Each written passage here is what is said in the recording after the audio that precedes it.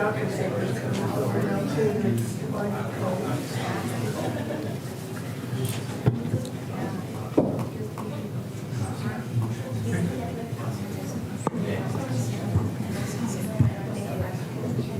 You know that teacher? You know how to say that name? Pill? I have no clue. I mean, The Quipple? it's easy to just look that up.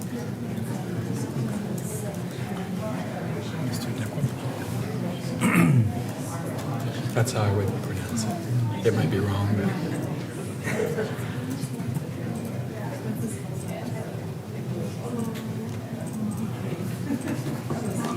Okay. It's here to walk in, but it's 1 o'clock. Okay, it's 1 o'clock, time for our regularly scheduled meeting. First up, Madam Clerk, do we have a quorum? Yes, Mayor. With that, I believe it's Commissioner Unruh. Yep. All right, please stand. I pledge allegiance to the flag of the United States of America and to the republic for which it stands, one nation, under God, indivisible, with liberty and justice for all. will you bow your heads with me? Father, we come to this day. We are so grateful to be gathered here in this city, in the United States and in Kansas. And today, Father, we celebrate all that you're doing for each and every one of us. We thank you for blessing not only us and our city, but also our families. And Father, we lift up each and every one of the first responders. Father, we just speak a word of blessing over them, over the police and the fire, the EMS and the sheriff. And we are so grateful for the protection and the direction and the order that they provide. Today we ask that you just move mightily in this meeting, Father. Give us wisdom as commissioners. And we thank you for each and every person here today who will not only present and speak, Father, but also is lifting up this city as the best place to live in Kansas. We give you glory and honor. In Jesus' name we pray. Amen. Amen.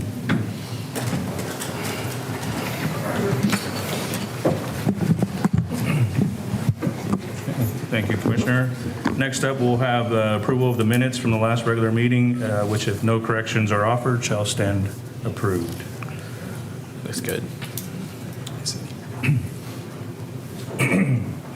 Seeing none, we'll move on.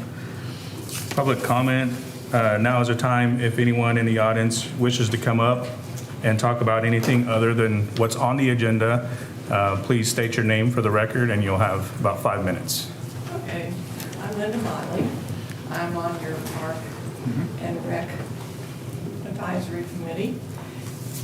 Okay, and I'm here to tell you why we chose Lavita Robertson, why I particularly did. My reaction to you not paying attention to it, and then reconsider the name of the park. I was born and raised in Garden City. When I was a kid in the 50s and 60s, Garden City was a very rich, small, white farming community. There were a few Mexican Americans. There were a handful of blacks. But we were a white community. And I, as a white person, was in the majority. Now, as a white person, I'm in the minority. And that's okay. Because I love the diversity of Garden City. It's so wonderful to have all these different cultures, all these different people that are in our community. They have come, many of them, from war-torn countries. And as a result, we ended up being selected with the Ford Foundation to be studied for diversity for along with San Francisco and other big cities. I was delighted to hear that. Since I enjoy diversity so much, I really appreciate the fact that Lavita Roman was the one that came and she started all this. I read about her in the paper in the 1970s, and she was bringing the first refugees here from Vietnam. Well, over time, she's brought refugees from Somalia and Burma and Laos, Vietnam, and other countries. She's also worked with immigrants. She has brought hundreds of people to this community. She has changed the fabric of Garden City from the small, white, rich community that I came from to this diverse population that the Ford Foundation even wants to study. Levita Roman, I wanted to recommend her because of two reasons. One, the diversity that she's brought to Garden City, and she is the main reason we have the diversity we have today. And the other reason is because she's a woman. I have been on the Park and Zoo Board, I've been on the Park and Tree Board, I am now on the Park and Rec Board, so I know a lot about parks. And there's not a single park named after a woman, not a single one. And you kept up the tradition of keeping all the men. That bothers me a lot. So Garden City's fabric was changed by Levita Coleman. My reaction when I read the paper, and it was Bob Halloran, whom I worked with Bob Halloran quite a few times. And, but my reaction was, am I wasting my time? Are you wasting my time? I spend hours reading up on these people that their names were submitted, and I read about them, I thought about them, and I can give you a reason for every one of 1, 2, 3 through 8 why I did it the way I did. So I spent my time doing that. Every month, I read the reports from the different rec in the park. I also attend the meetings. I also go to special events. You've seen me there with Arbor Day and those type of things. I've been on special committees. We have another special committee that people are supposed to, they're requesting somebody from our board to be on. So we spend a lot of time on being on this board. We are not a rubber stamp. If we are, then I need to get off because I don't rubber stamp anything. I have, none of the people on our committee, our board, are rich. None are ex-commissioners. None are ex-mayors. None are senators or bank presidents. But we do represent Garden City. There are 7 members on our board. 3 are Mexican American, 1's Eastern Indian American, and there are 3 white folks.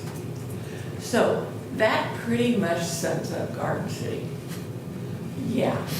So we made a recommendation, and we feel like you guys sort of blew us off.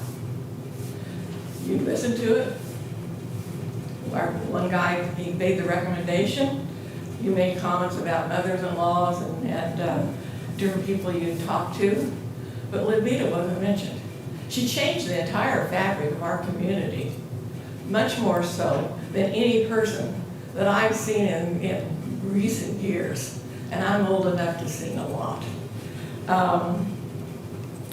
We are an advisory board, so you don't have to take our recommendations, but our recommendation for Levita Roland still stands.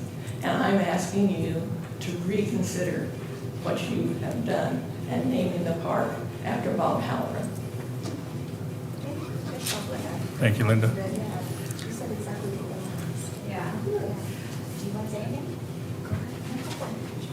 Okay, they're gonna fight.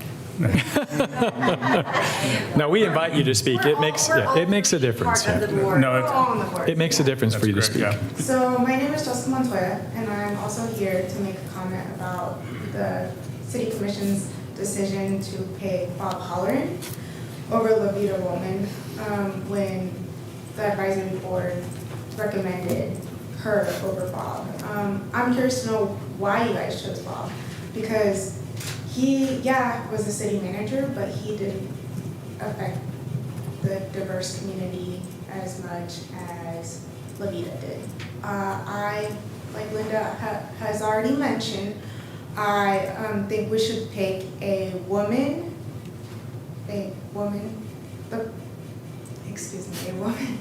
to be, the park to be named after a woman. I'm sorry. I am a huge advocate for diversity and inclusion, and part of that is representing women more. Ideally, women of color, but Garden City doesn't have that much history. The park could be named after someone like me. I'm just kidding. Take it. No, but for real, La Vida Woman should be who you guys named the park after. SC Park should be named after La Vida Woman. We chose her, because she was a woman and she helped the community a lot. She, worked a lot with the Catholic charities, and I'm sure a lot of my family has benefited from her work. I was born and raised here, but my family are immigrants, so I'm sure they were also helped by the work she set up a long time ago. So I vote for La Vida Woman, and I am upset Bob was picked over her. I want a park to be named after a woman. That's super important. We need to be progressive. Let's pick a woman. Thank you. Thank you. Hi, I'm Marilyn Porter. I'm also part of the Parks and Recreation Board. I actually have had the distinction of being part of the Recreation Commission for numerous years now, clear back to the time when the commission was in a lot of trouble and the city had to step in and bail us out. That's about the time I came on the board. I can tell you that there were a lot of city leaders, business leaders who had to step in, roll up their sleeves, think outside the box in order to get things back on track. I was honored to be part of the team who talent research, who interviewed Aaron Stewart, brought Aaron Stewart on board, and watched him transform the Recreation Commission from what was a really sad situation to a very successful, impactful board that brought projects like the O'Brate Gymnastics Center to Garden City. So for me, it's so disappointing to see that I also voted on this board to have the Recreation Commission dissolved and absorbed into the city as a governing body. So I am so disappointed to see that now you've actually regulated the advisory board to a closet board. We made a recommendation. I did not vote for La Vida. I voted for Mary Ann Miller. But I am here today to stand with my board members as a unified gesture because that's who the board put forth as the naming of the park. So we do ask you to consider, again, renaming the park. There are other avenues. There's actually a workout facility that's going to be put in place out there that could so easily be transformed and named a Bob Halloran workout station. There are other municipal projects going on that could so easily be renamed appropriately Bob Halloran. But we're asking you now to reconsider this park name. Thank you. Thank you.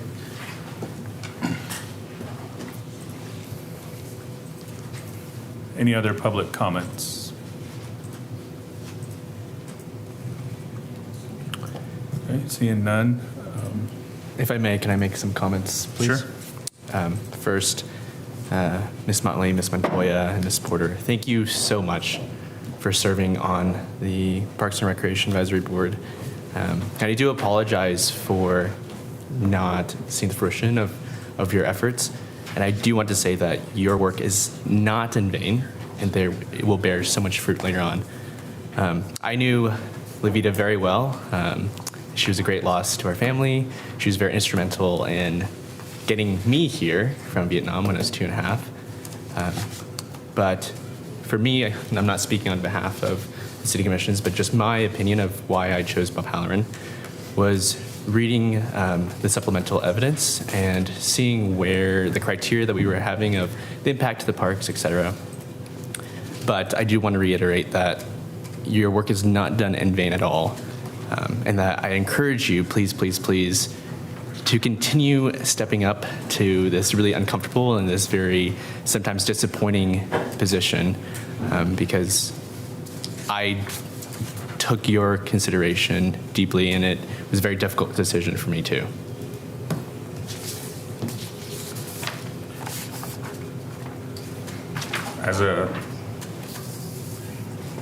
Just kind of as a public comment, we will take up any questions that arose here and kind of discuss.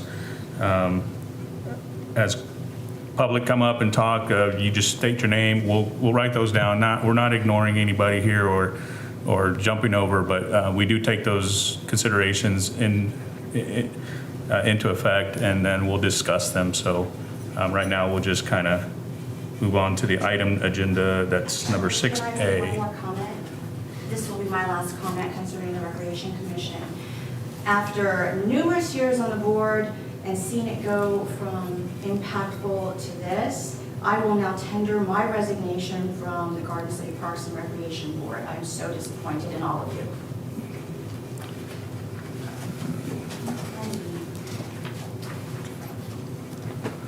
Thank you. Anyone else?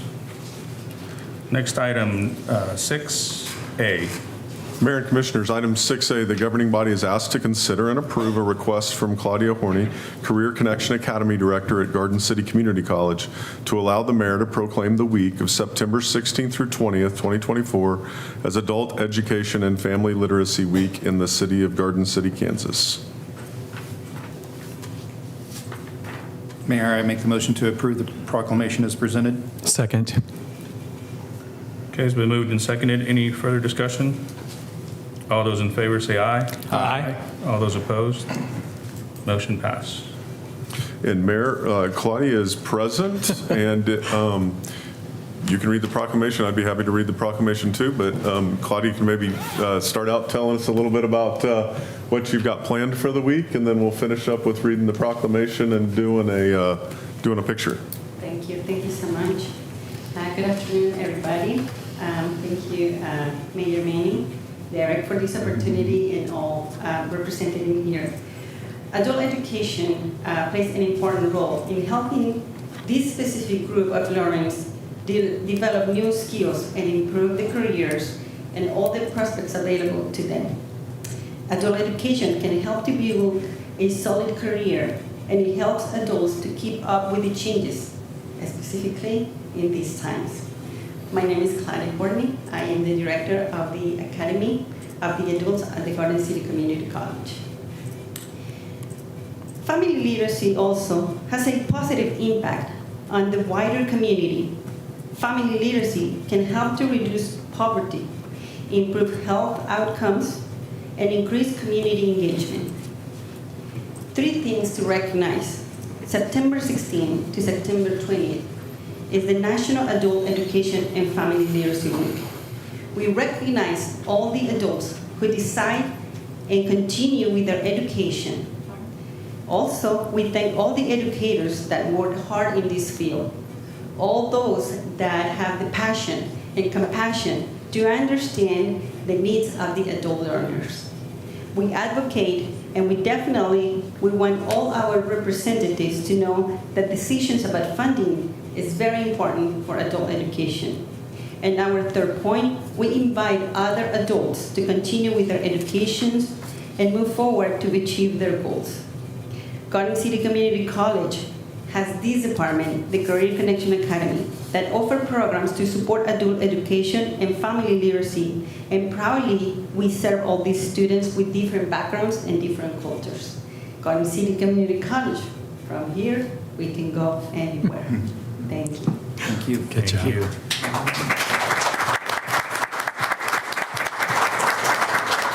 I'll go ahead and read. I'll read the proclamation, and then we can get up and get a picture. So, whereas adult education and family literacy are vital to fostering a knowledgeable and skilled community, and whereas adult education programs provide essential opportunities for individuals to acquire new skills advance their education, and reach their personal and professional aspirations. And whereas family literacy programs empower parents and caregivers to support their children's learning, fostering a culture of lifelong education and enhancing family well-being. And whereas adult educators play a crucial role in guiding, supporting, and inspiring learners to achieve their goals, often going above and beyond to ensure their success. And whereas a commitment to lifelong learning benefits our community by promoting economic development, improving health outcomes, and enriching lives. And whereas the City of Garden City acknowledges and appreciates the dedication of adult educators and the importance of adult education and family literacy programs in our community. Now, therefore, I, Manny Ortiz, Mayor of the City of Garden City, do hereby proclaim the week of September 16th through the 20th, 2024, as Adult Education and Family Literacy Week in Garden City, Kansas, and urge all residents to recognize and support the invaluable contributions of adult education and family literacy programs, and to celebrate the hard work and dedication of adult educators. Signed and sealed the 17th day of September, 2024.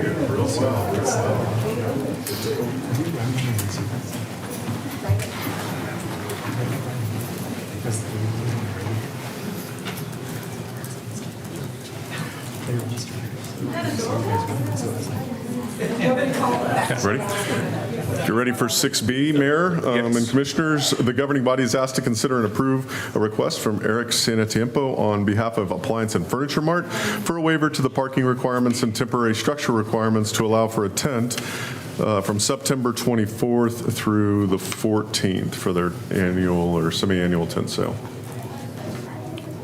I move that we approve the request as presented. I second.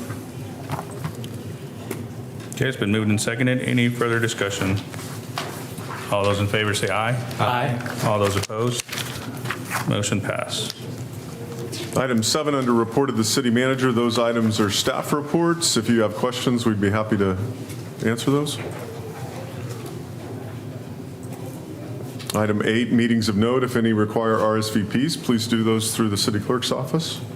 I think we're ready for item 9 now. Appropriation ordinance. If approved, it would be number 2571-2024A. Mayor, I move that we approve appropriation ordinance number 2571-2024A. I second. Okay, it's been moved and seconded. Any further discussion? All those in favor say aye. Aye. All those opposed? Motion passed. Item 10A, the governing body is asked to consider and approve the following ordinance regarding the 2024 water system, stormwater system, and wastewater system improvements. If approved, it would be ordinance number 2992-2024. Jared. Good afternoon. The city has identified improvement projects to the water system, stormwater system, and wastewater system, primarily for the construction of a 1 million gallon water storage tower, the the engineering and redrilling of 2 water wells, and the construction of an extraneous basin at the wastewater treatment plant. To cover the costs associated with these projects, the city will be issuing general obligation bonds. The first step in the process to issue debt is to approve an ordinance to authorize the project. The authority for this authorization is KSA 65-163D through 65-163U, inclusive, authorizing the City of Garden City, Kansas to acquire, construct, reconstruct, improve, equip, rehabilitate, and extend all or any part of the public water supply system. And Article 12, Section 5 of the Kansas Constitution, the city is authorized to determine its local affairs and government, except when limited or prohibited by an enactment of the state legislature applicable uniformly to all cities of the same class, as well as Charter Ordinance Number 31 of the city, and Charter Ordinance Number 31 authorizes the city to issue its general obligation bonds to pay costs of extending, constructing, and improving public utility systems, including the city's water, stormwater, and wastewater utilities. So the alternatives before the governing body today are that they may approve the ordinance as presented, or they may defer it to a later date. And staff's recommendation is that the governing body approve the ordinance authorizing the projects to be included in the 2024 general obligation issue. As a fiscal note, the debt service payments for these projects will be allocated appropriately during the annual budget process, and since they're all water, they're going to come out of the water department fund. What's the ordinance number on this one? 2992-2024. Mayor, I make a motion we approve ordinance 2992-2024. Second. Okay, it's been moved and seconded. Any further discussion? All those in favor say aye. Aye. All those opposed? Motion passed. Thank you. Item B, the governing body is asked to consider and approve the following resolution regarding the 2024 general obligation bond sale, and if approved, it would be Resolution 3121-2024. Still me. The governing body is authorized proceeding with the 2024 general obligation bond issue by the approving ordinance number 2992-2024 for the improvements to the water, stormwater, and wastewater utilities. The next step in the process is consideration and approval of this resolution authorizing the bond sale at 10 a.m. on October 15, 2024. Mary Carson, our city's bond counsel, has prepared the resolution. The alternatives before you today are that you may approve the resolution as presented or may defer action to a later date. And staff's recommendation is that the governing body approve the resolution as presented. And as a fiscal note, the debt payments of these projects are budgeted for and paid for from the water fund, the debt service budget, over 20 years beginning in 2025. And the annual debt service for this issuance is estimated to be approximately $608,000 a year. Mayor, I make a motion we approve resolution number 3121-2024. I second. Okay. I may have heard that wrong. Just repeat on the resolution number. 3121-2024. Thank you. Okay, it's been motioned and seconded. Any further discussion? All those in favor say aye. Aye. All those opposed? Motion passed. Thank you very much. Thanks. Commissioners, the governing body is now asked on item 10C to consider and approve an amendment to the alcoholic beverages section of the Code of Ordinances to include changes to the definitions, categories, fees, and other charges for licenses and sales. If approved, it would be ordinance number 2993-2024. Seelin? Good afternoon, Mayor and Commissioners. Let me get to the right one, sorry. Okay, staff reviewed Code Section 6, alcoholic beverage, in the Code of Ordinances and compared Garden City to 12 other cities of the first class. As a result of the following changes are being recommended. You do have a chart, a fee comparison chart that was given to you today. The first item, the city has an established fee of $500 for a 2-year license for a retail establishment for alcoholic liquor. In other words, this is liquor stores. Cities may charge a fee of not less than $200 and not more than $600 per state statute, I'm sorry. Staff recommends increasing the retail establishment license fee to $600 for a 2-year period. On the chart, if you'd like to refer to that, you can see that I believe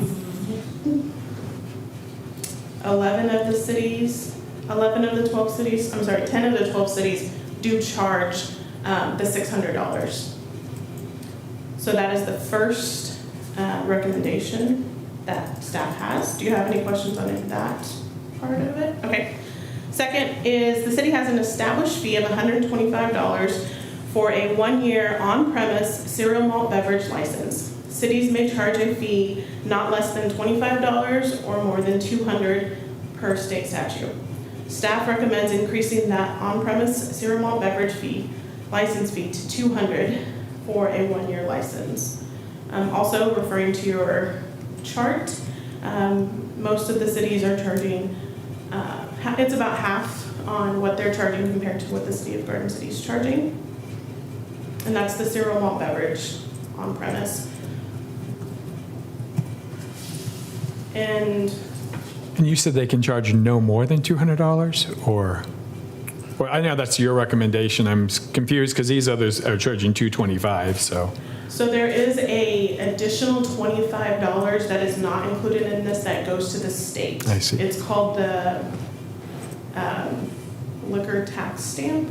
So it's $25. So for every one of the CMB licenses, we also send $25. So they're including that, and we didn't take it any higher than that. So We'll be collecting $175 and then $25 Okay, of that. yeah, that's okay. We just didn't raise it to that full amount yet.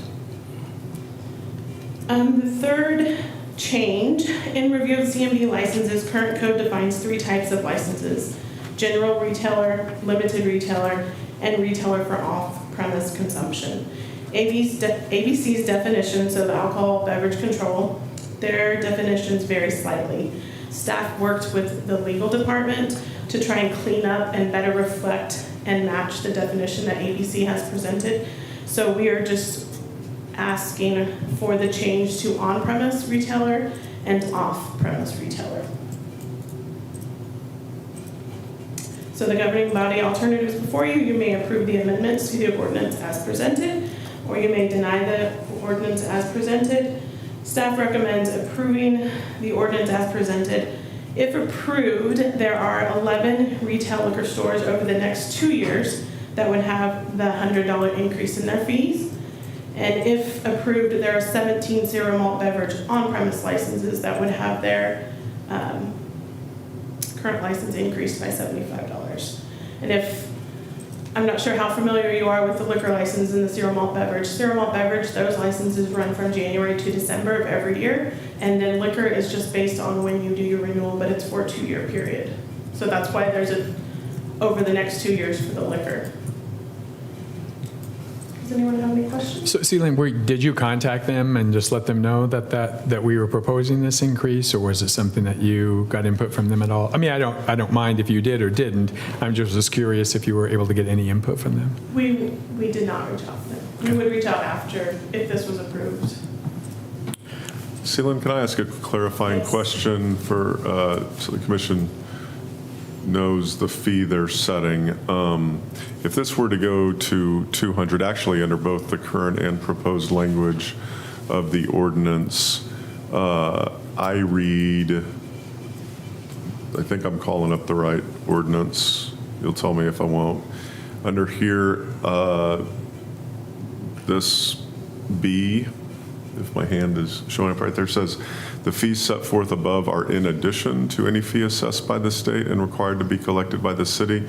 Is that $25 charge you mentioned that is the difference in that first column between what those 225 communities are doing when the cap is 200? I would read this that if we set that fee at 200, that ours would actually be 225 as well, because that's in addition to a fee assessed by the state.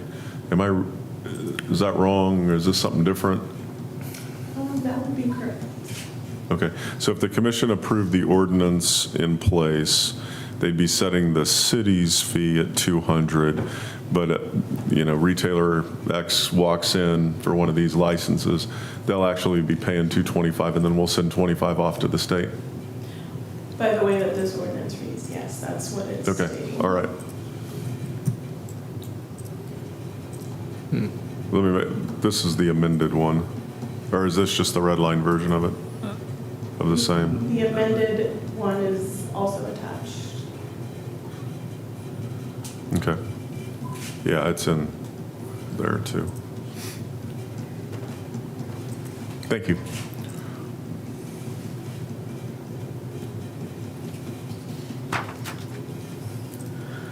Quick question on the handout that we got. What is the occupational tax temporary one? Is that just like for a year or a couple months or like one day? The occupational tax liquor temporary is actually for those special events. And we did speak to legal about those special event fees, and we are going to address that when we address the special events Together. process that we're going to bring forward to you guys as well. Okay. But we thought that it would be a better place to address it in that part of code for special events rather than in this part of the code. Gotcha. Yeah, I really appreciate, you making the changes where you need to and then having no changes where you didn't. And so it tells just the thoughtfulness of you thinking through the whole process and what that looks like. So I move that we approve ordinance number 2993-2024. Second. Okay, it's been moved and seconded. Any further discussion? All those in favor say aye. Aye. All those opposed? Motion passed. Thanks, Seelan. Item 10D, the governing body is asked to consider and approve an environmental nuisance resolution, with which, if approved, would be 3122-2024 and abate conditions at 2004 Belmont. Alicia will go through the background of this item in detail, explaining the process. The subsequent resolutions for environmental nuisance and vehicle nuisance abatements will essentially have the same process and same background. So we'll just identify the address, and the commission will be in a position to take up the item or take comment from anybody that came to speak on these items. Alicia. Mayor and Commissioners, the governing body of the City of Garden City has declared it unlawful for any person to maintain nuisance conditions on private property within the City of Garden City. It has been determined that the residence located at 2004 Belmont Place has an environmental nuisance condition on the property and is in violation of the city's environmental codes.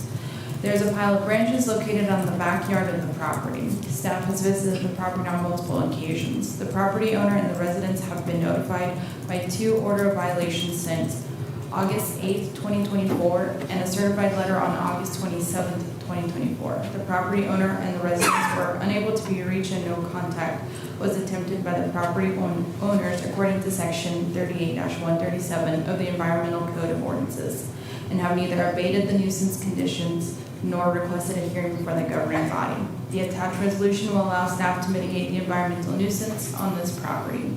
Your alternatives today are the governing body may approve the attached resolution, or the governing body may not approve the attached resolution. Staff recommends the governing body approve the attached resolution.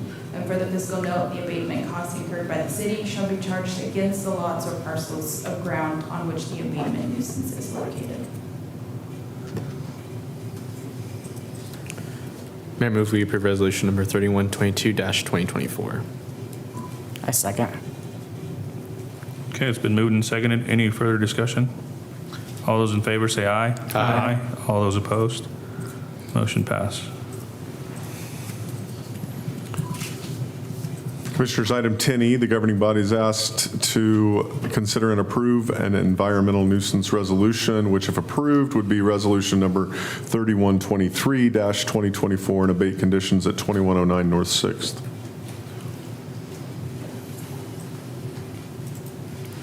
Mayor, I move to approve resolution number 3123-2024. I second. Okay, it's been moved and seconded. Any further discussion? All those in favor say aye. Aye. All those opposed? Motion passed. Item 10F, the governing body is asked to consider and approve an environmental nuisance resolution, which, if approved, would be resolution 3124-2024 and abate conditions at 614 North 12th.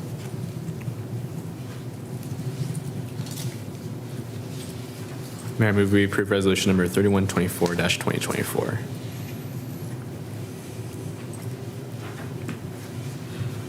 Second. It's been moved and seconded. Any further discussion? All those in favor say aye. Aye. All those opposed? Motion passed.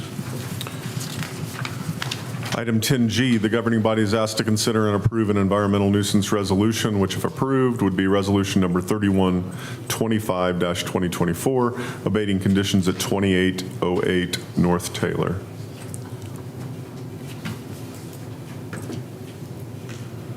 Move that we approve a resolution number 3125-2024. I second. Okay, it's been moved and seconded. Any further discussion? All those in favor say aye. Aye. All those opposed? Motion passed.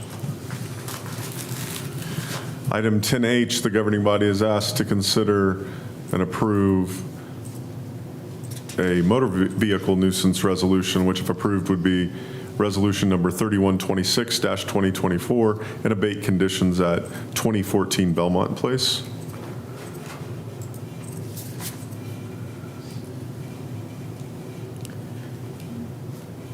Mayor, move we approve resolution number 3126-2024.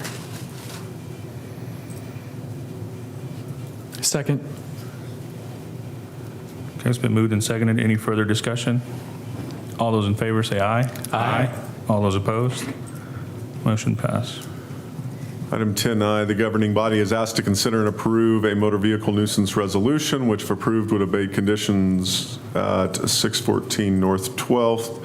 Also, if approved, would be resolution number 3127-2024. I move that we approve resolution number 3127-2024. I second. Okay, it's been moved and seconded. Any further discussion? All those in favor say aye. Aye. All those opposed? Motion passed. Item 10J, the governing body is asked to consider and approve a motor vehicle nuisance resolution, which if approved would be resolution number 3128-2024, and if approved, abate conditions at 1505 West Olive. Mayor, I move to approve resolution number 3128-2024. I second. Okay, it's been moved and seconded. Any further discussion? All those in favor say aye. Aye. All those opposed? Motion passed. Item 10K, the governing body is asked to consider and approve a motor vehicle nuisance resolution, which if approved would be resolution number 3129-2024, abating conditions at 2808 North Taylor. I move that we approve resolution number 3129-2024. I second. Been moved and seconded. Any further discussion? All those in favor say aye. Aye. All those opposed? Motion passed. Thank you. Thank you. All right, I think we're ready for item 12A. Lana Duvall, President of Finney County Economic Development Corporation, is here to provide a quarterly update to the governing body.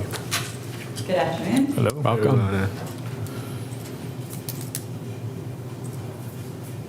All right, I created some copies so they're coming around for you. So we start off with a little refresher of, Lana Duvall, President, Finney County Economic Development. Start off with a little refresher about how government budgets and taxes work. Not that you need a reminder, you're pretty well versed in it, but this is a presentation that we'll also be doing to a lot of the civic organizations and other groups that ask us to speak for them. So it starts out a little elementary, and I'll apologize for that. But obviously, budgeting process, we determine how much money we are going to need to deliver efficient and effective services.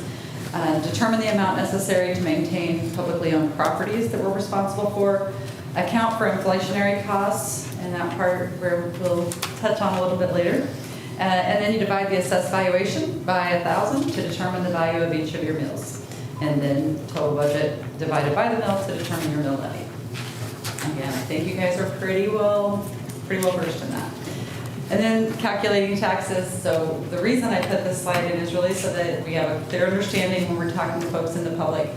Your property taxes are affected by multiple factors, right? But it's not just the mill levy. It's not just what the government sets at the mill levy. There's also the market value of your home and which determines your assessment value. So I think it's really important that we remember that, especially in a market like ours where housing is at a premium and those prices are high. We can all agree that pricing of houses has absolutely increased, and some folks probably feel like that's been more than it should be, but the fact is that as long as the market will support those prices, that's the value that will be assessed for them. So the next slide is just the U.S. inflation rates, and I threw this in really as kind of a let's all be happy we're on the way down, if you will. So it is encouraging to see that trend line coming down, and I think we're going to see some good things happen.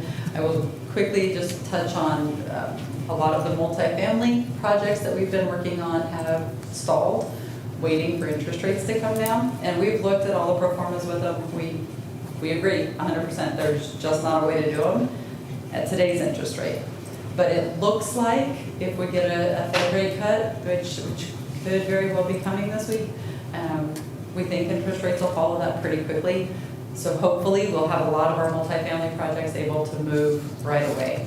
They are really close. I would say for most of them, if we can get down a quarter or a half point, most of them should go right away. It does make a huge difference on those multifamily projects. So.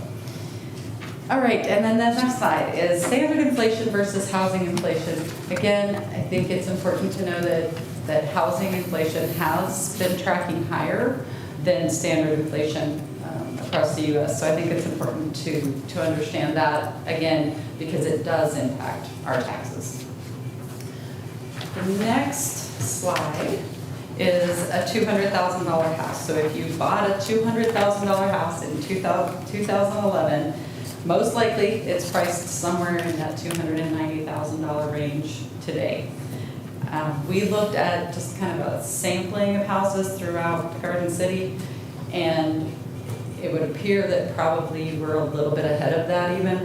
We might even be a little bit higher based on the few that we were able to run some comparisons on. So I wouldn't be surprised if folks are over $300,000 now on that same house.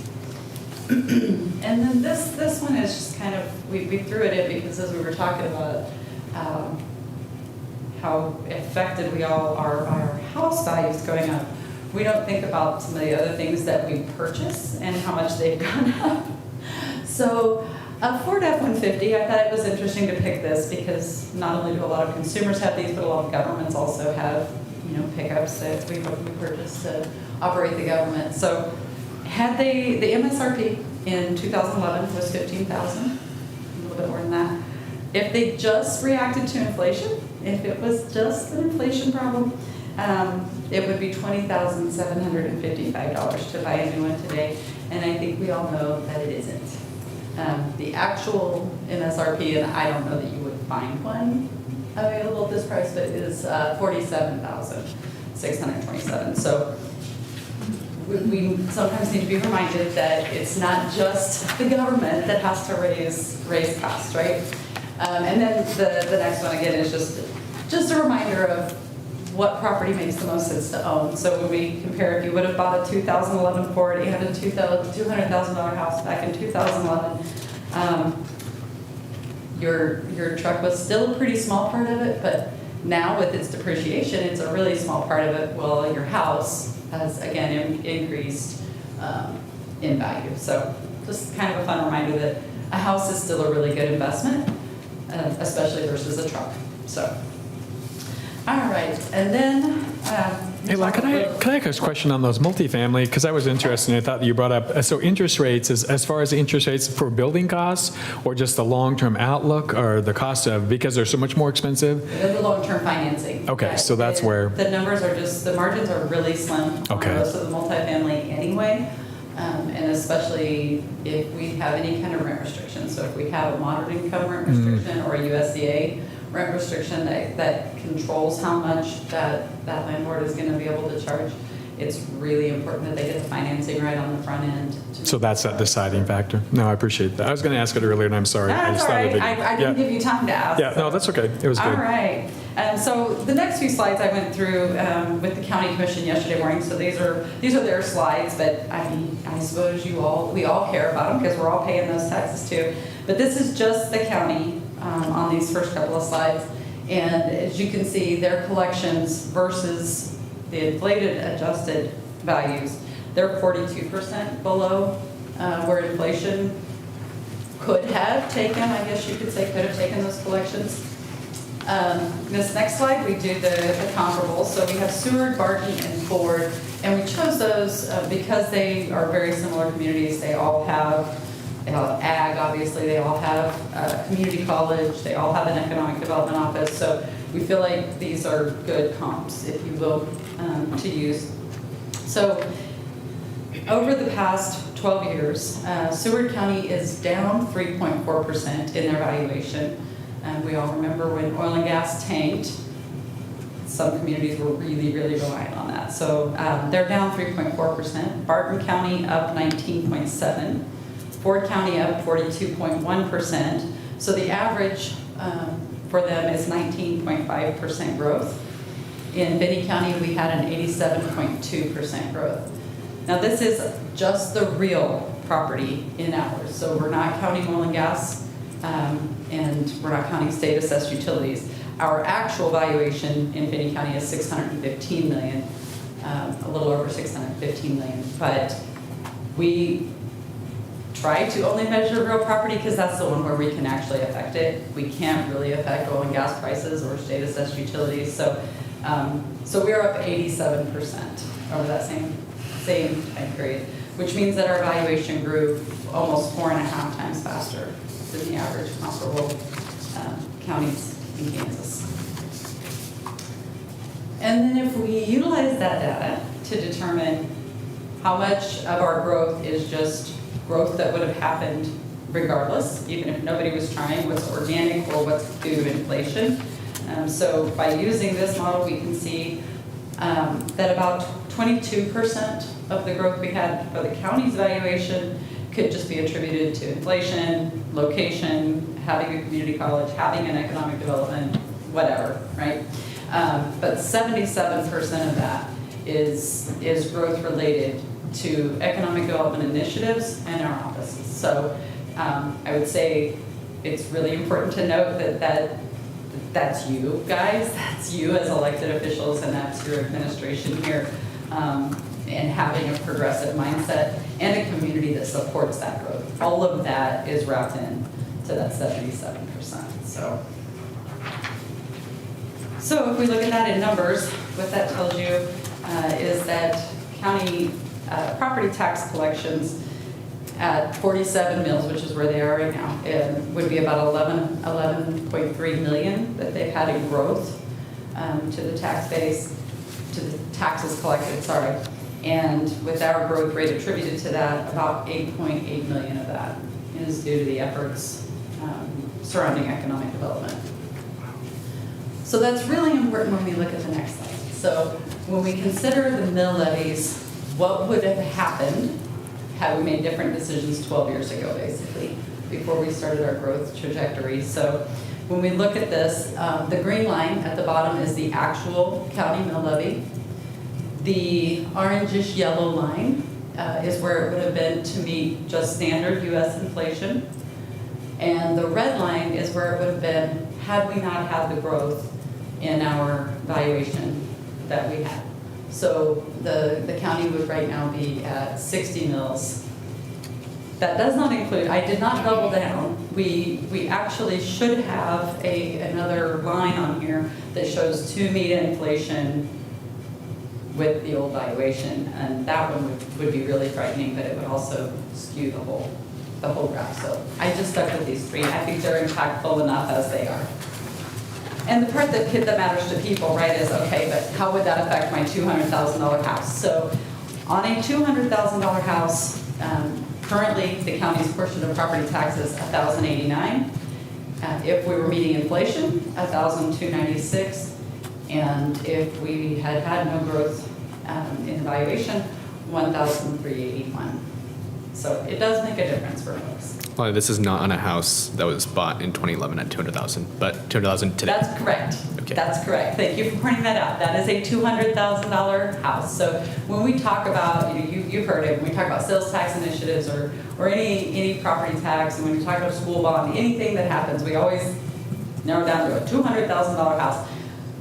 I don't know why we say a $200,000 house. I suppose that used to be an average house. I don't, but yes, you're correct. We did not inflate the house and attach the taxes. That's correct. So yes, people's taxes have gone up because their valuation has gone up, even if mill levy stayed steady. That is correct. And then the next slide is just a quick comparison of for the counties especially, because they are responsible for roads and such. It's kind of important to think about land area. Obviously, Finney County is being the second largest county geographically in Kansas. We are the largest of these 4 samples as well. And then population comparisons there on the right. And then this next slide is just a line graph showing the population over time in these 4 peer communities. So then we get into Garden City, the part you guys care about, right? So again, with the actual versus inflation adjusted, had you kept up with inflation in your property taxes, you would be 35% higher than you currently are. This slide is pretty incredible. And I kept redoing the numbers to make sure I wasn't wrong, but I was not wrong. So this is the Garden City portion of the property tax on a $200,000 house from 2011 to 2023.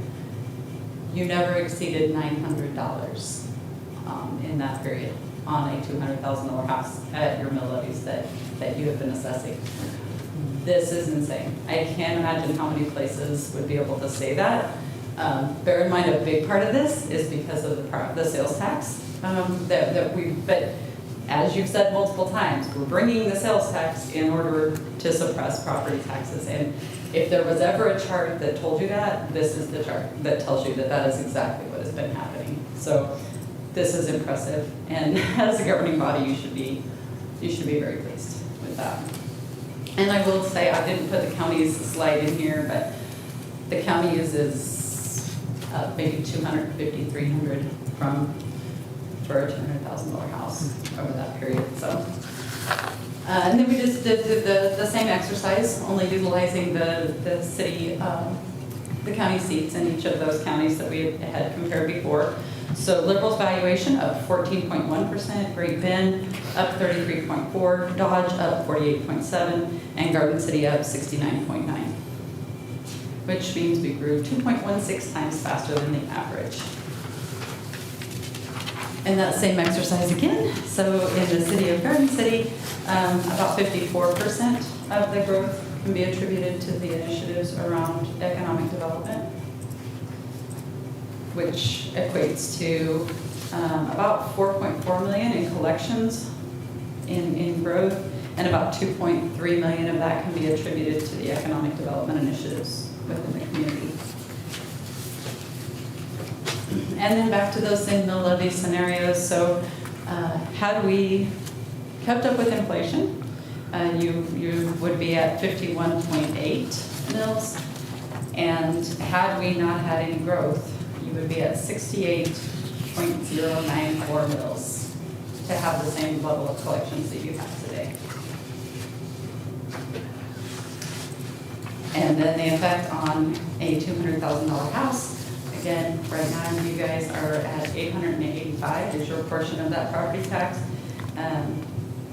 Adjusted for inflation should be $1192.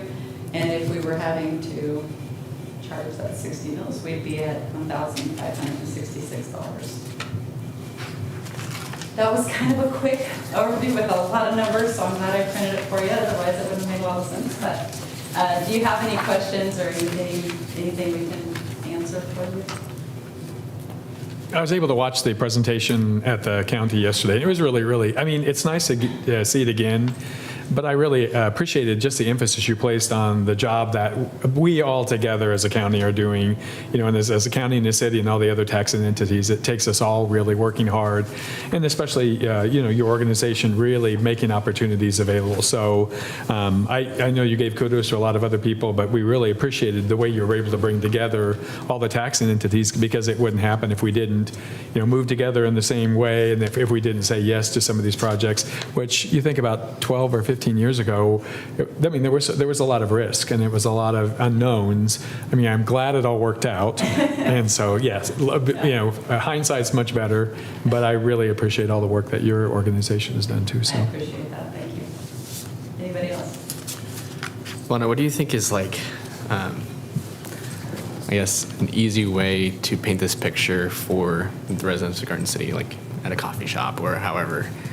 Yeah, so the question that you always hear is, well, I thought we were growing. How come my taxes are still going up when we're growing? We are growing. Right now we have some different challenges than we had even 12 years ago, to Troy's point, but we are having to rely on our HIDs. We just are. It's really the only way to make most of the housing projects work.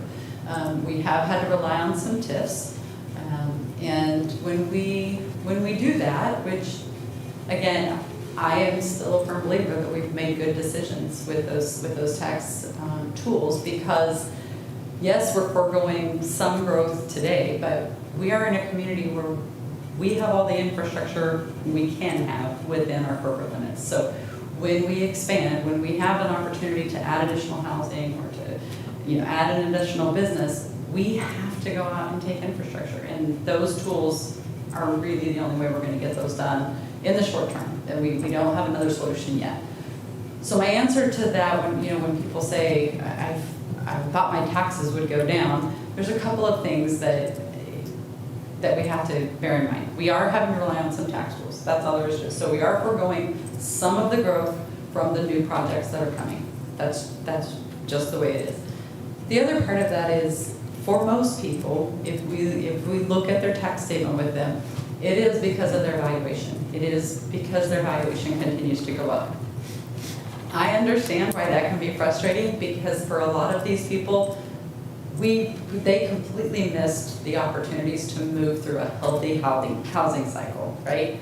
Typically, you start with a starter home, you move up to your young family home, and then your next family home, and you keep jockeying through the housing market in a normal progression. We haven't had those opportunities in the community because we simply haven't been building enough houses to keep up with growth. So what ends up happening in a market like that is somebody who bought that $200,000 house in 2011, about 2018-19 should have been moving up to the next house, but they couldn't. And so they end up investing in the 2011 home, right? They just make changes to it to make it accommodate their life at whatever level they're at. And in their minds, it's still a $200,000 house. This was a $200,000 house, but it's just not anymore. It has gone up in value. So I think that's part of it, is just that whatever amount we pay for it, we think that's how much our house is forever. And we know it's not. But I do think that's part of it, it's a little bit of a psychological thing for people. But I think what, the most important piece is, when you're asked about it, is being able to show your portion of property tax just tells the story for what we've been saying for so long in this community, that growth will pay off, growth will slow property tax increases. In your case, obviously, because we do have sales tax coming in at greater dollars, but also because we're growing the population and growing the residential units and the commercial businesses in the community. And that's a long answer, but it's a conversation we have a lot. We get asked that a lot. And believe me, I do not take it lightly. I understand. We have a lot of seniors who are stuck. That same housing cycle that caught other people caught our seniors too.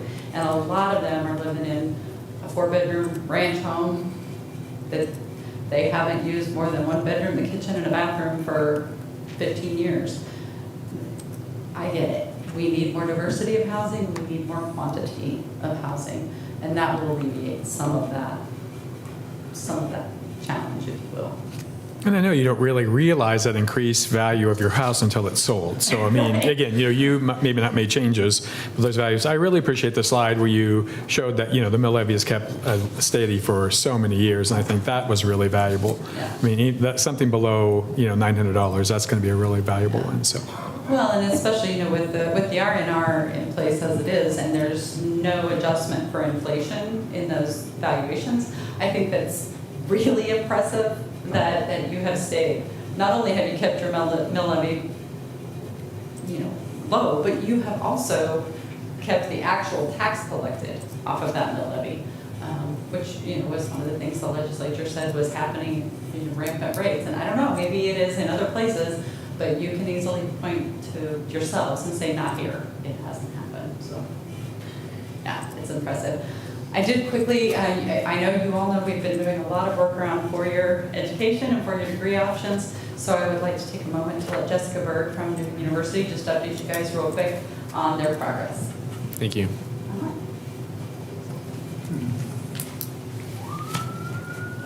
Good afternoon. Hello. Thank you, Mayor Ortiz and Commissioners, for allowing me a few minutes to speak to you this afternoon, and thank you, Lana, for the invitation. I'm excited to share the progress we've made with our Southwest Kansas initiative. Newman University partnered with Garden City Community College and Finney County Economic Development Corporation and determined that Garden City and the region is a higher education desert. There aren't four-year options for students who want to stay here and not have to leave home. And so in response to that, we created the Southwest Kansas Initiative, the HERE campaign, and worked to identify the greatest needs and gaps that we had. In that process, we were able to write 2 grants and secure both of those. One was the Rural Post-Secondary Education Workforce Grant for $2.1 million. And the second was congressional spending dollars from Senator Moran's team, and that was $1.1 million.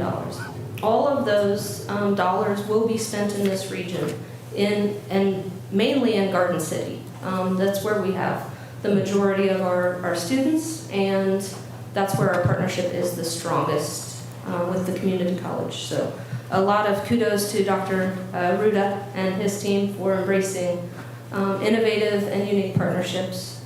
We couldn't have done it without their help. We have 4 programs currently. We have teaching, which actually has been in Southwest Kansas since the 90s when St. Mary's of the Plains over in Dodge City closed. They asked us to take over training teachers for the region because they knew there would be a need, and there still is a need.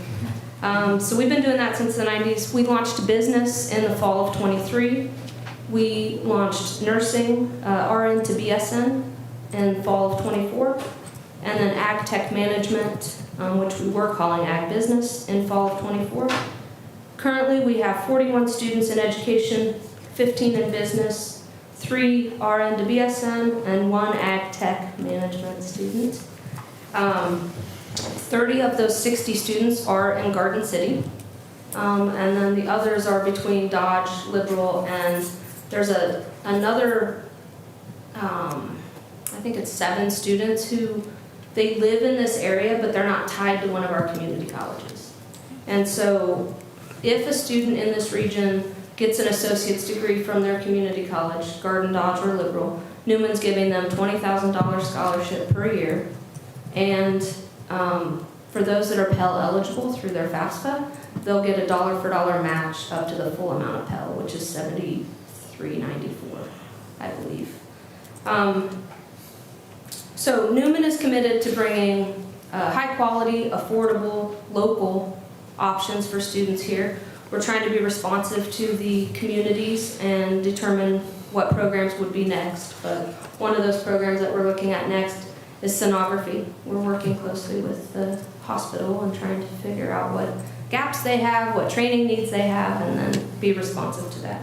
So we're extremely grateful for the partnership that we've had with the community college and Finney County Economic Development Corporation. They've been a big part of this project.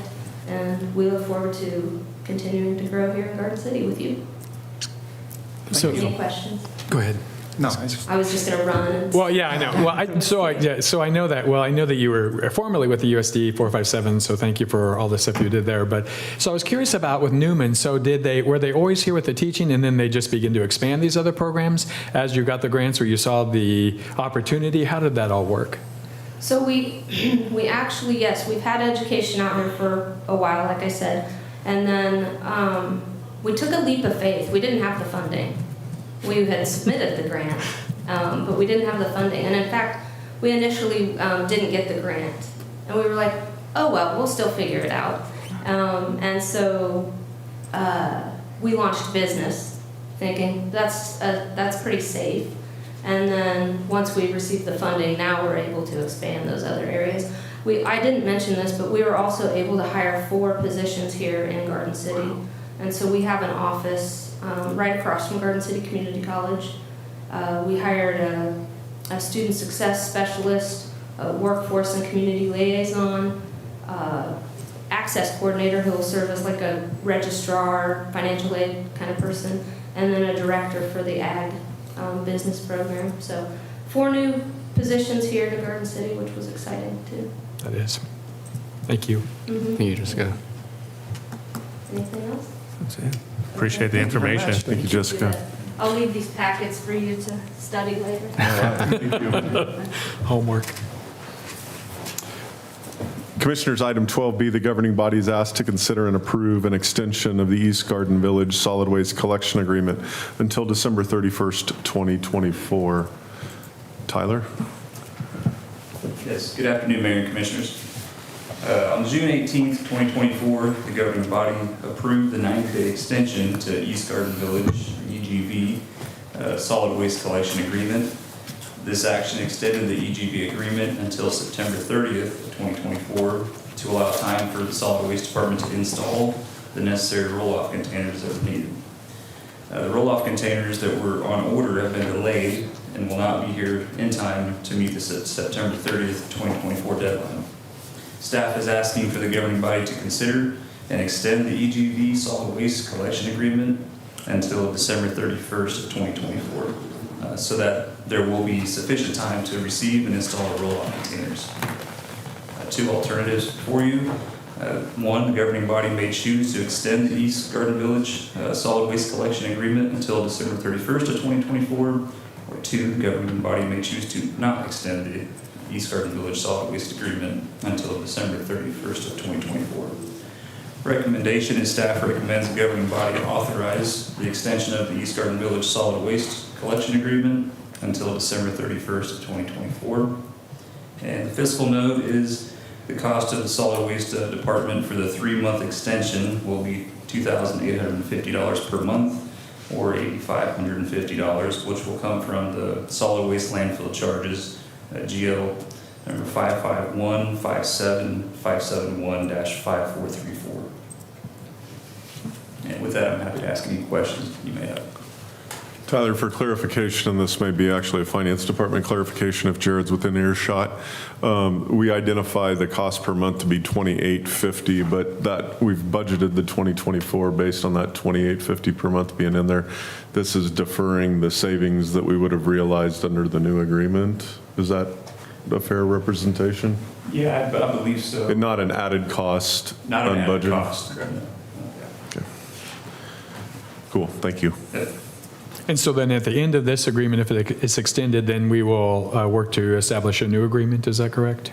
Yeah, I believe so. We're going to have our own containers there that we'll be servicing instead of them doing, we're just paying them for what they're getting picked up every month. Okay. Yeah, we're paying a commercial operation to go ahead and do that. Or they are paying a commercial operation to go ahead and do that, and we'll provide that service ourselves and save an expense that's a pass-through expense to us. Gotcha. Mayor, move we choose to extend the East Garden Village solid waste collection agreement until December 31st, 2024. Second. Okay, it's been moved and seconded. Any further discussion? All those in favor say aye. Aye. All those opposed? Motion passed. Thank you. Item 12C, the governing body is asked to consider and approve submitting a Kansas Department of Transportation Fall 2024 Cost Share Program application for the completion to complete installation of traffic signals and equipment at the intersection of Spruce Street and Fleming Street in the amount of $675,000. Tyler. Yeah, so on September 3rd, 2024, the governing body authorized staff to submit a Kansas Department of Transportation KDOT Fall 2024 Cost Share Program application for the upgrading of numerous traffic control equipment for $554,986,000. Since that time, staff has learned that the application that we identified to submit did not meet the requirements of the program, and it will not be submitted. However, in 2022, one of the governing body's goals was completing the design engineering for the installation of the traffic signals at the intersection of Spruce and Fleming Street. That has been completed, and this project is ready for construction. Staff believes that this project will meet the requirements for the KDOT Fall 2024 Cost Share Program. The estimate to complete the installation for material and construction is $675,000. The necessary engineering has been completed, and if approved, staff will submit the KDOT Cost Share application on or before the due date of September 19th. If awarded, the city's 15% matching fund would be $101,250. Two alternatives before you. One, the governing body may choose to authorize staff to submit the KDOT Fall Cost Share 2024 program for the installation of the traffic signals at the intersection of Spruce Street and Fleming for $675,000. Or two, the governing body may choose not to authorize staff to submit the KDOT Fall 2024 Cost Share program for the installation of the traffic signals at Spruce and Fleming Street for $675,000. Recommendation is staff recommends the governing body authorize staff to submit the KDOT 2024 Cost Share program for the installation of the traffic signals there at Spruce and Fleming Street for $675,000. Are these cost share programs, are they first come, first serve, or are they competitive, or how does that work? Yeah, I would say competitive, kind of based on the project, size of project, how much it impacts the community, things like that.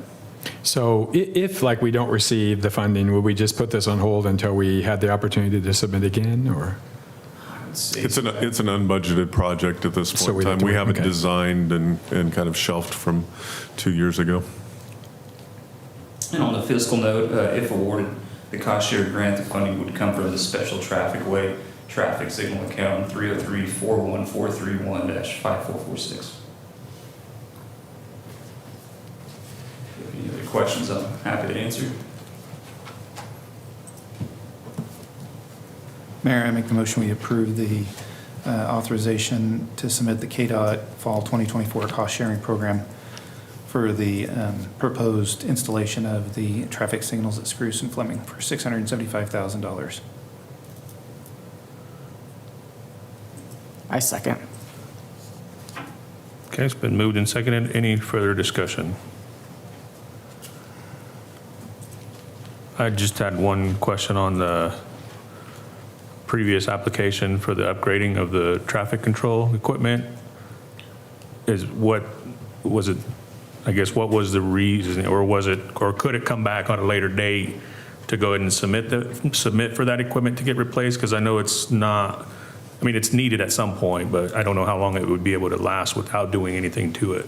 Yeah, so it is needed, and we'll continue to budget it, phasing in and phasing out the old equipment. However, some of the requirements were like engineered stamp drawings, and it was more of a construction grant, not more so of just material and installation. Okay. So, Okay. Yeah, we do think there may be opportunities. So that one's a little bit different. We were budgeting. We just weren't. We were budgeting piece by piece by piece by piece throughout the community, and these guys identified that, hey, this, when we go through the scoring rubric of this thing, this project isn't gonna perform well competitively. So hence the substitution for this project instead of the one proposed to you 2 weeks ago. I don't think that project will ever be competitive underneath this particular program with that particular scoring rubric as is. However, I do think there's other projects, particularly with the Safe Streets for All, identifying kind of high-value transportation improvements that can be made. That's a little bit more of an adaptable program, and I think once we have that SS4A study in place, some of the projects that we would have been chipping away at under the application we showed you 2 weeks ago, we'll be able to re-up that and have some grant opportunities through that. So it may not be completely, that full program, I don't think we should feel resigned to that's going to come completely on our dime. I think we'll have windows of opportunity to accelerate that. In the meantime, we'll go ahead and pick off, strategically pick off a few each year. And would that a fair statement? I mean, yeah. And how many, based on what we budgeted for like a year, whether 2024 or 2025, how many signals are we able to address? About two a year. We have 38 signals, and I think we're down to about like 26 that still need to be, upgraded. So I know this intersection was identified just because of the high propensity for accidents and also the amount of traffic. Is that still the case? I just want to make sure that, with traffic patterns have changed in Garden City with a lot of other things that are happening. I just want to make sure that this is still something that you recommend that needs to be done due to it was mainly safety issues and then also the amount of traffic. Yeah, I would say so. It's a highly trafficked area. We pulled all the traffic counts and crash reports, and it was 11,200 per day, and on peak times it was 980 per hour. So I appreciate that. Great. Any other questions? We do have a motion by Commissioner Cessna on authorizing staff to submit the KDOT Fall 24 cost share program, and a seconded by Landgraf, Commissioner Landgraf. Are there any other questions? All those in favor say aye. Aye. All those opposed? Motion passed. thank you. Thank you, Tyler.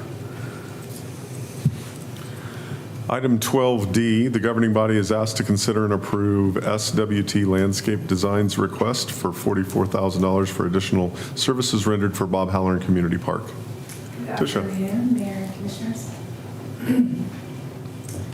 In 2021, SWT Landscape Design was chosen as the professional landscape architectural services provider for Southeast Park project, now known as Bob Halloran Community Park.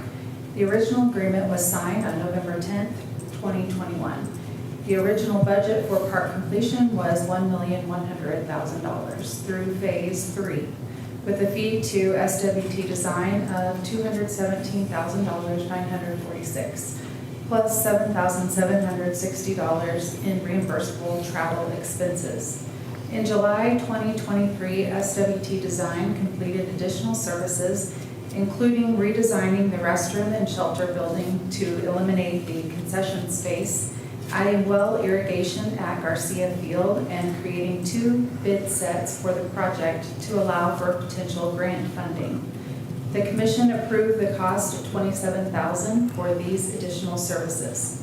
Since 2021, the construction fees have exceeded the anticipated costs, with the new construction costs at $2,088,000, mainly due to inflation, but includes the addition to fully complete the park through phase 4 and full irrigation of the project.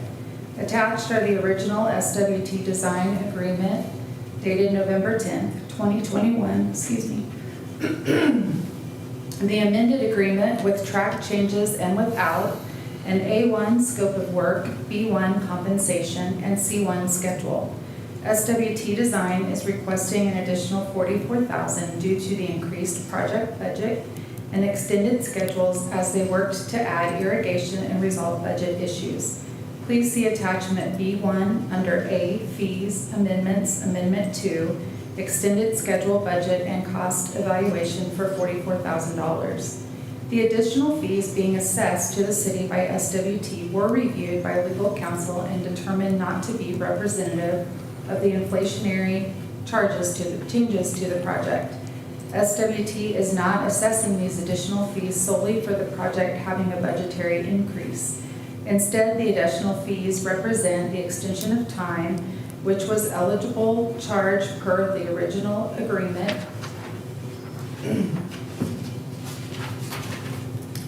and adding irrigation to the project and a change in scope to the overall project. The original contract for SWT was to complete the project through Phase 3, as was the intention of the city at the time, but the scope was modified and approved by the city to include Phase 4. The alternatives before you are: 1, the governing body may approve SWT Landscape Design's request for $44,000 for the additional work completed on the Bob Halloran Community Park project using funds from the .15 sales tax. Option 2, the governing body may approve SWT Landscape Design's request for $44,000 for the additional work completed on the Bob Halloran Community Park project using funds from the Recreation Reserve.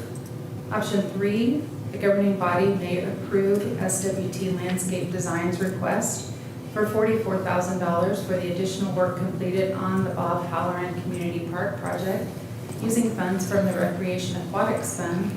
Option 4, the governing body may not approve SWT Landscape Design's request for $44,000 regarding Bob Halloran Community Park expenses and may advise staff differently. The recommendation: staff recommends approving SWT Landscape Design's request for $44,000 via the additional work completed on the Bob Halloran Community Park project using funds from the Recreation Aquatics Fund. Fiscal note: staff have identified several potential funding sources for this increase. The cost could be paid utilizing collections from the .15 sales tax, similar to how those funds are being used to cover the cost of the bathrooms and shelter at the park. Another option for funding could be the Recreation Reserve Fund, which currently has a balance of $410,095. Lastly, we anticipate that the Recreation Aquatics Division will have budget funds remaining after accounting for most of Garden Rapids' expenses. The remaining expenses include winterizing the facility, repairing the splash pad, and any remaining nominal unallocated receipts. The current budget balance remaining is $136,635. The final cost for Garden Rapids plus transferring $44,000 to cover additional costs to SWT would still be below the remaining balance of $136,634,000. That was a mouthful. Questions? I appreciate all of the supporting documents. I mean, there was a lot, but to support that, and no, I really appreciate. And I know that irrigation and these kind of things, when you do it at the time of before, is much less expensive than if you would do it after the fact. So, yeah, I move that we approve the SWT landscape design request for $44,000 for the additional work completed on the Bob Halloran Community Park project using funds. And you know, that's I guess the discussion. I guess I would say using funds from the Recreation Aquatics Fund.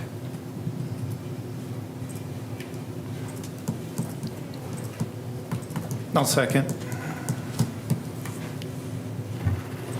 Okay, it's been moved and seconded. Any further discussion? Tisha, do you foresee any more incurred costs after this? Not for the rest of the year. Okay. For Garden Rapids, no. I was kind of on a similar question for that note. Apologize for not getting it sooner, but the remaining funds after this transferring of the $44,000 out of aquatics, we'd still have enough to cover for those expenses that are allocated for the winterizing of the facility and a splash pad Yes, fixing. I believe so. Okay. Okay. That's all I had. Any other questions?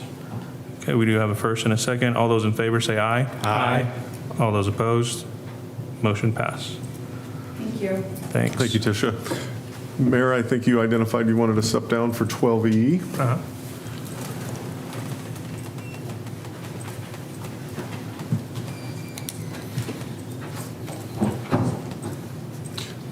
Commissioners, 12E, the governing body is asked to consider and approve the authorization to use the Fire Station 3 Owners Contingency Funds to build a Fire Station 3 rescue bay. Chief Ursick. Got to do, Mayor and Commissioner. Commissioners, in December 2023, the governing body approved the guaranteed maximum price for the construction of Fire Station 3. The original design included a rescue bay adjacent to the fire station, but was removed and listed as an alternate due to the budget allocated for the fire station. The construction of the third fire station is nearing 50% completion and is 6 weeks ahead of schedule, and to date, no other contingency funds have been used for unseen issues. The rescue bay is an additional building that would be used to house rescue equipment.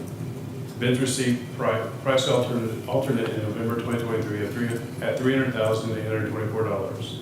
In August 2024, across the construction, the fire department staff reviewed the rescue bay alternate, adjusted the plans, and received an updated price of $281,536.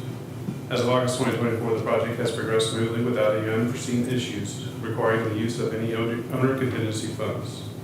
The current balance of the owner contingency fund is $312,679, and a construction contingency fund of $293,801.16. If the rescue bay is approved, the remaining contingency fund balance would be $324,944.16. Alternatives before you, the governing body may authorize staff to use owner's contingency to build the rescue bay at Fire Station 3. Alternative 2, the governing body may deny the request and provide further guidance. Staff recommends alternative that the governing body authorizes staff to use owner contingency to build the rescue bay for Fire Station 3. The purchase of the funds will be from account 403-77-100-616. We have to answer any questions. Any questions? Yeah, so after visiting with Crossland, they don't anticipate, I mean, I know that they've been moving ahead of schedule and everything is going, so they don't anticipate any additional, and so these contingencies will be left over, or? Yeah, as of now, any major modification to the structure would not be done. And some of the allowances that are still left will be moved over to owner's contingency too. And then if their funds are not spent, that's a credit back to the city. So. Appreciate that. Any other questions? Entertain a motion on this item? Yeah, I move that authorize the staff to use the owner contingency to build the rescue bay at Fire Station 3. There's been a motion. Is there a second? A second. There's been a second by Commissioner Landgraf. Any other discussion on this item? None being, all in favor say aye. Aye. Opposed, nay. That item passed. Thank you. Thank you.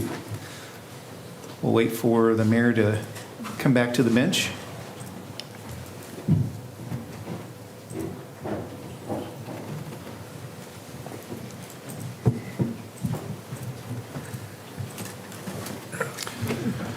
We're ready for the consent agenda now. If approved, if you don't want to pull either of the items off to talk about them individually, the appropriate motion would be to approve consent agenda items 13A and B. I move they approve consent agenda items A and B. Second. Okay, it's been moved and seconded. Any further discussion? All those in favor say aye. Aye. All those opposed? Motion pass. Takes care of the business items, Mayor, and we're ready for commissioner reports. Okay, Commissioner Unruh, you're first up. So I really appreciate the pre-meeting. There's a lot to think about. I never thought about the transparency of the organization and how important that could be. It seems like this new software has a lot of capabilities, and it's just some new things to wrestle with. I think that's really some great discussions, and I appreciate being able to present it early so that you can think about that and also think through what do the different release of information and how that looks to the public. I really think the public will appreciate just all the information that they're going to receive from this new website. Secondly, I just wanted to say I represented the mayor at the Mexican Fiesta. I wish I could have translated it. The information in that proclamation is really, really valuable. I got to meet the consulate, Lucas from the consulate, the Mexican consulate. He was really a neat guy and really spoke highly of Garden City. The number of people and the amount of food. I know. You wish you could have tasted it all. It was a wonderful celebration, and you could barely move in Stevens Park, so it was kind of really neat. Also, just this is fall is coming. Just to remind you of spring cleanup. I was going to write down all the dates, but I mean it's coming up here soon. Just make sure you get everything out on the step. And I know there are rules, and make sure that you follow the rules because again that makes the cleanup go a lot better. But just fall cleanup is something is something that I know the city appreciates, and I know that's something that we appreciate as residents. So just make sure you follow all those rules. And finally, I know that with all the changing the weather and all those, make sure that as freezes happen, that you turn off your sprinkler systems. I'll tell you, it is a bummer to have a broken pipe, but as those things happen. But I'm looking forward to the cooler weather, maybe not this week, but next week. And that's all I have, Mayor. All right. Thank you, Commissioner. Next, we'll have Commissioner Cessna. Yeah, a lot of good information on the technology that we've purchased to help our staff, not only our staff, but also the community on communicating and understanding the finances in our city. As I wanted to also mention, as Commissioner Unruh did, I know we had quite a few nuisance resolutions that we passed, and the fall cleanup is coming. Just encourage everybody to take advantage of that opportunity and just keep our community nice. It starts at the end of this month on September 30th and runs for 2 weeks in various zones in the community. Just please look at the website to find out which zone we're picking up on that day, and it goes those 2 weeks, the first part of October. But again, it really helps our community stay nice and livable. So just encourage that. And that's all I have. Okay, thank you, Commissioner. Next, Commissioner Landgraf. I just want to repeat what other commissioners said regarding the pre-meeting. So I know I personally am very much data-driven when it comes to thinking about stuff like this. So I'm really looking forward to seeing this fully rolled out, and I'm really looking forward to it for our community as well. I really believe in transparency on government, and I think this would be a really great tool for the people out in the community who are like me and like seeing the data, like seeing the numbers, like seeing everything, kind of what's going on in the city. Also, just a reminder about Fall Fest coming up. I know it brings in just so many different people to Garden City, to all our community, to all these different little shops. So just want to remind people to go ahead and to shop local as well during this, not only at Fall Fest, but all the other great businesses we have here in Garden City as well. And then finally, just wanted to make a little comment about just how big of a increase we had in airplane enplanements over past years this month. I think it was like just so much greater than all the other different communities. One of the things that really blew my mind is just the fact that our airport has more enplanements than Hayes plus Dodge plus Liberal if you combine them all 3 together. So I just think it's really quite something that we have at our airport. Thank you, Commissioner. Next, Commissioner Nguyen.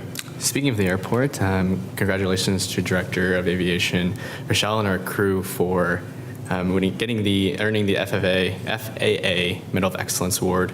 And I noticed that 6 times in her tenure, I think, which is actually incredible. Congratulations also to Bailey Hutchinson for winning Miss Fiesta. Really great honor. So I'm excited to see what she does with that this upcoming year. And lastly, Child Passenger Safety Week is this week, and the police department offers free child safety seat checks all year long. Just give them a ring and set an appointment with Troy Davis, and they are more than happy to make sure that your seats are safe. Thank you, Commissioner. I'll echo what all the other commissioners had said. It is a busy week. We've had a lot of things happening already in September. So we'd just like to first off with mentioning the Welcoming Week this week, also with the Adult Education and Family Literacy Week kicking off this week, and then Fiesta this last weekend. So congratulations to Bailey Hutchinson, also the leaders that put on the Fiesta and all of these events. And Angelica Castillo Chapel is a big advocate for that. All the work that she puts into those long hours for those events. Kudos to her. I did go to the high school pep rally last week. That was pretty awesome. I did get to attend some of the vendors as well, so some great food. So a lot of the food truck Fridays happening, those are going on. So, but for those that are involved with those events also, I know it takes a lot to get those things running smoothly. The city is involved in that also with electric and power and everything else that's needed for that. Also, like to just mention that I did get letters from Alta Brown, which is a pretty awesome thing to get. I mean, as if you're mayor or commissioner, I know we've all kind of experienced letters at some point in time, but to get letters from a 4th grade class and just answer their questions. And then I still haven't sent these letters back to them, but I'm going to, and there's 12 students that had sent me letters, and I'll just name them off so that they know who they are. From Mr., and I'll probably butcher everybody's name here, but Mr. DeCupel, his class, and the letters were from Fernando, Isaac, Jose, Denise, Liliana, Alvaro, Haley, Alejandra, Anahi, Jackson, Kian, Julian, Zadrian, Abigail, and Xavier. So hopefully I got your names right, but please expect a letter back from me in the mail. I do have your addresses if I can read them, but I'll probably try and maybe get them to the school so that they can hand them to you. So, and then lastly, happy birthday to Corey. So we'll end with that. So take a balloon with you. Yeah, that's all I got. Thank you. Meeting adjourned. Sorry. Don't hit the iPad. Yeah, didn't have my glasses on, so. Yeah, and they actually Good job. adopted the policy. Cool. Adopting budget is presented. Yeah. They